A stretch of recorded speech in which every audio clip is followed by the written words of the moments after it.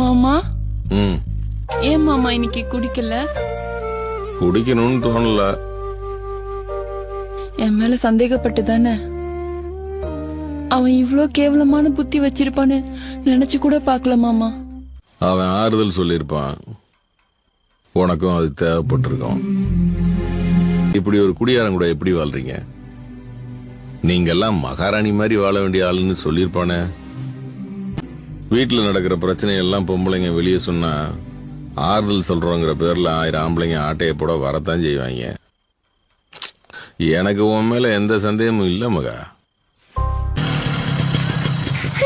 நானே உன்னை ஸ்கூல்ல உண்டி விடுறேன், ஏறிக்க. நீங்களா? நிஜமாவா? ஐயா ஜாலி ஜாலி மன்னம்மா புரியுமா குடு. ஐயா அப்பா தினமும் என்ன ஸ்கூல்ல டிராப் பண்ணிருங்கப்பா. சரிடா தாங்க, கூட்டு போ.